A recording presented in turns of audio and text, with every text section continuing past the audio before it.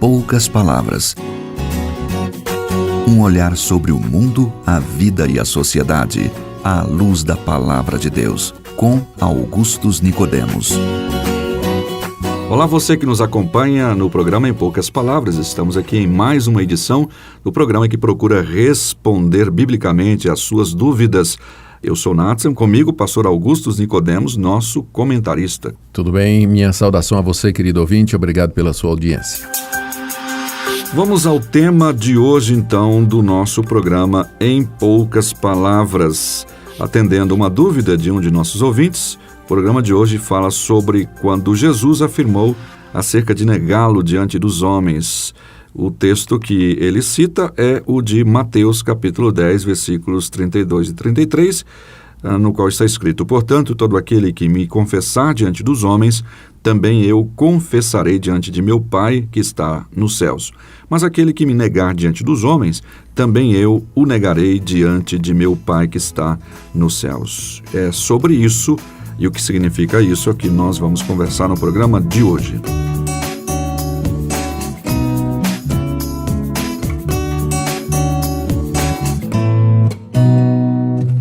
Pastor Augustus, o tema é este, né? Negar a Jesus, o que significa esse texto, mas incluindo a pergunta do Carlos, ele tem uma dúvida em vista daquilo que Jesus disse nesse texto de Mateus, capítulo 10, versículo 33. Ele então pergunta: Pedro nega Jesus diante dos homens e Jesus aparentemente, né, não nega a Pedro diante de Deus, então Jesus quebrou o princípio que ele havia ensinado. Enfim, como é que a gente entende esse versículo? Olá, Carlos, receba meu abraço, obrigado pela sua pergunta. Vamos ver se nós conseguimos responder. Temos que começar definindo o que é que significa lá no texto de Mateus 10, 32 e 33, confessar a Jesus e negar a Jesus. Aquela passagem está inserida nas instruções que Jesus deu aos seus 12 discípulos quando os mandou em missão anunciar o evangelho pelas vilas e povoados da Galileia. O Senhor Jesus os envia com muitas instruções, orientando-os a o que eles deviam levar para o caminho, a quem eles deveriam abordar, como eles deveriam se comportar nas casas onde eles entrassem, qual a mensagem que eles haveriam de pregar e como eles deveriam reagir diante do efeito da pregação.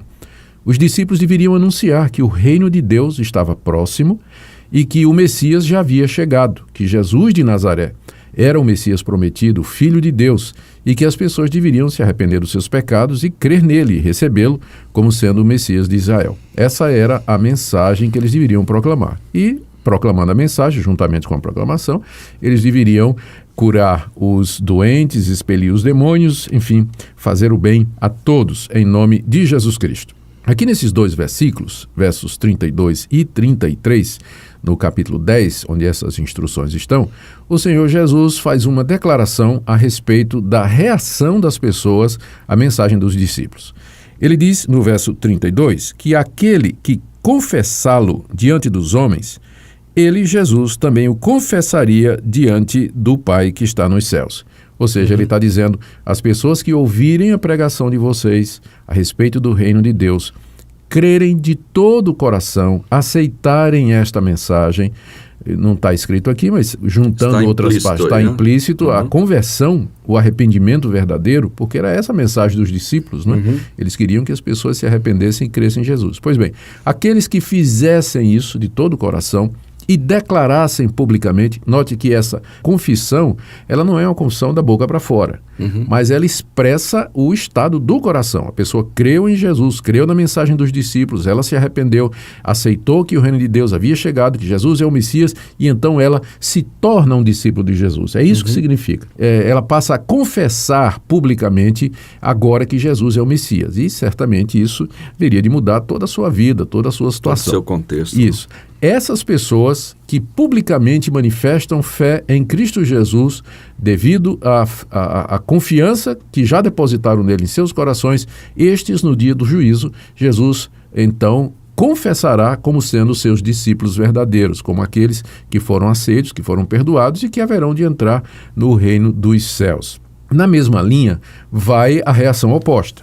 Jesus diz, então, no verso 33, que é o objeto de pergunta aí do Carlos, né? Isso. Aquele que me negar diante dos homens, também eu negarei diante de meu Pai que está nos céus. Ou seja, as pessoas que ouvirem a mensagem dos discípulos, o apelo dos discípulos para o arrependimento, para a conversão, para a fé em Jesus Cristo, recebendo o reino de Deus, aqueles que negarem a Cristo, ou seja, aqueles que se recusarem a reconhecer a Jesus como Senhor e Salvador, o Messias esperado, aquele que haverá de reinar para todo sempre, então esses, no dia do juízo, também serão negados por Jesus. Jesus vai dizer, nunca conheci estas pessoas. Estas pessoas ouviram a mensagem, escutaram a proclamação do Evangelho, mas negaram o meu nome, ou seja, recusaram acreditar no meu nome. Exato. Então, Jesus aqui está tratando de conversão e de rebelião. Ele está tratando de pessoas que creem na mensagem do Evangelho e se convertem, e de pessoas que resistem à pregação do Evangelho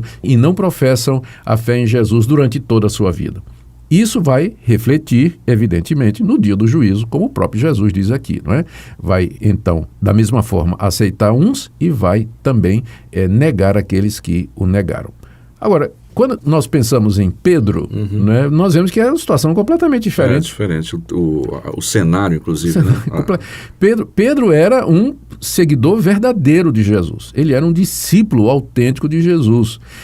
No capítulo 16 do próprio Evangelho de Mateus, nós lemos que Jesus perguntou para ele, né, quem vocês dizem que eu sou? E Pedro respondeu, tu és o Cristo, o Filho do Deus vivo. E Jesus respondeu, bem-aventurado tu és, Simão, filho de Jonas, porque quem te revelou isso não foi carne e sangue, mas meu Pai que está nos céus. Não é? Inclusive fez a promessa, né? Tu és Pedro e sobre esta pedra edificarei a minha igreja. Ou seja, Cristo prometeu edificar a igreja dele sobre o Pedro confessante, o Pedro Exato. que reconhecia publicamente que Jesus era de fato o Filho de Deus e o Messias. Pedro não pode ser encaixado naquela categoria das pessoas que negam a Jesus, no sentido de que recusam-se crer em Jesus. Pedro era um crente em Jesus Cristo. O que aconteceu na noite da traição de Jesus é que esse crente, Pedro, ele vacilou. Ele passou por uma situação de aflição difícil, né? Exatamente. E nesse momento ele fraquejou. Com medo dos homens, com medo de ser preso, com medo de ser torturado e talvez morto. Então ele, 3 vezes, quando interrogado, ele disse que não conhecia Jesus Cristo. Mas esse dizer que não conhecia Jesus Cristo não é a mesma coisa do negar a Jesus que está lá em Mateus 10. A negação lá de Mateus 10 é das pessoas que se recusam a se converter e crer em Jesus como Senhor e Salvador. A atitude de Pedro foi de fraqueza de um crente verdadeiro. Foi um momento de vulnerabilidade. Pedro temeu os homens, temeu a morte, temeu o que ia acontecer com ele, e então, covardemente, ele disse que não conhecia a Jesus pelo menos 3 vezes. Agora, o Lucas, o texto do Evangelho de Lucas, nos diz que quando ele negou a Jesus pela 3ª vez, diz que Jesus olhou para ele. E quando os olhares de Pedro e de Jesus se cruzaram, Pedro saiu e chorou amargamente. Ele chorou de arrependimento, de tristeza pela sua fraqueza, por ele haver negado a Jesus diante dos homens naquele momento de fraqueza, não é? Ou seja, Pedro tinha um coração convertido, Pedro estava arrependido e, portanto, sem dúvida nenhuma, o Senhor Jesus o perdoou. O caso de Pedro não é aquele caso de Mateus 10. Pedro é o caso de um crente que falha, se arrepende e é perdoado. O senhor vai falando aí, eu vou me lembrando de alguém dizendo, olha, Pedro, ele negou a Jesus, e Jesus, nessa troca de olhar, né, que Pedro acabou indo para o arrependimento, e depois que Jesus ressuscitou, ele dizendo, olha, diga para os discípulos para me esperarem e tal, e a Pedro... Isso é no final de Marcos. Exato. Final do Evangelho de Marcos. E a Pedro, é como se ele tivesse ali, eu sei que esse meu discípulo precisa de uma palavra especial, diferenciada, né? Tanto que a gente tem aquela passagem dele perguntando se ele o ama. Isso, no final do Evangelho de João. Muito bom que você lembrou isso aí, Nathan. No final do Evangelho de João tem exatamente esse registro aí. Jesus se aproxima de Pedro e 3 vezes pergunta a Pedro, tu me amas? Tu me amas? Tu me amas? Cada uma delas correspondente a um daqueles momentos de fraqueza, não é? Então, respondendo aí ao Carlos, nós dizemos que Jesus não quebrou esse princípio. Quem o nega aqui nessa vida, ou seja, quem permanece na incredulidade, quem não reconhece Jesus como seu Senhor e o seu Salvador, esse no dia do juízo também não será reconhecido por Cristo como sendo discípulo dele e, portanto, não será reconhecido como salvo, como perdoado e terá que enfrentar a ira eterna de Deus no lago que arde com fogo e enxofre. Então, querido ouvinte, pensa nisso. Tá, ainda falta um pouquinho só. Eu gostaria de só levantar uma questão que foi dita no programa agora há pouco, daquelas pessoas que resistem a Jesus, ao Evangelho. E eu queria que o senhor fizesse essa ligação com esses resistir, uma vez que a graça é irresistível. A graça é irresistível para aqueles que são de Cristo. Quando o Evangelho é pregado no poder do Espírito Santo aos que são de Deus, aqueles que Deus amou e escolheu antes da fundação do mundo, ele é feito de tal maneira e com uma eficácia tão grande que a pessoa não resiste, ela se rende, voluntariamente ela vem aos pés do Senhor e Salvador Jesus. Mas muitos são deixados à sua própria decisão. Não é? E Deus não é injusto em fazer isso. Não é? Deus não tem que salvar ninguém. E essas pessoas vão ouvir o Evangelho e, pela dureza do coração, elas vão resistir e serão castigadas com justiça por Deus, porque decidiram, optaram e seguiram o caminho da rejeição, porque Deus não tinha obrigação de chamá-los de maneira eficaz. Pronto, respondida a questão do Carlos Dantas, lá de Fortaleza, Ceará, de onde ele mandou a mensagem acerca desta questão que incomodava o coração dele. Agora, certamente que, pelo que a gente ouviu, está clara aqui a resposta. A gente volta daqui a pouquinho com mais informações para você.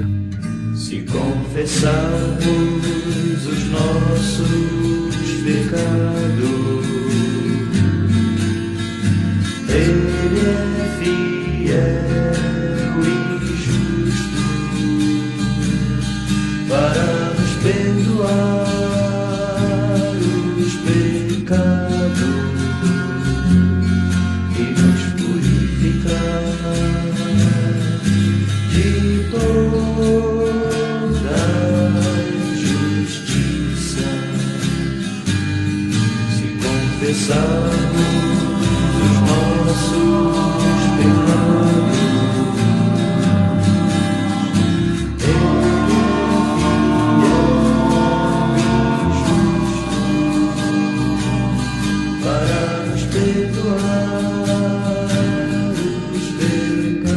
Bem, estamos de volta e já no final do programa Em Poucas Palavras de hoje, agradecendo a sua audiência.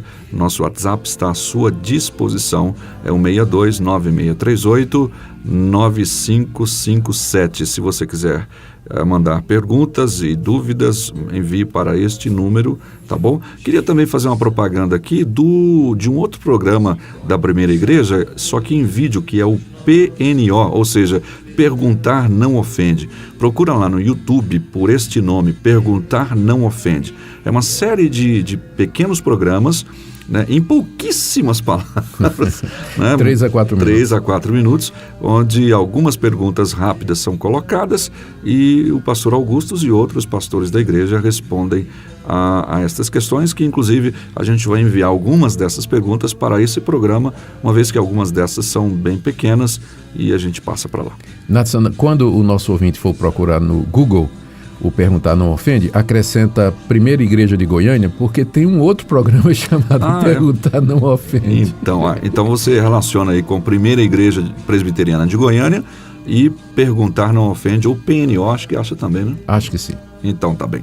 Pastor, suas palavras de despedidas aí. Agradecendo a audiência, querido ouvinte, e lembrando das palavras de Jesus: se você o confessar, então será reconhecido por ele no dia do juízo, mas se não, então, infelizmente, o que lhe aguarda é o castigo eterno. Pense nisso, arrependa-se dos seus pecados e creia no Senhor Jesus. Hoje é o dia da salvação.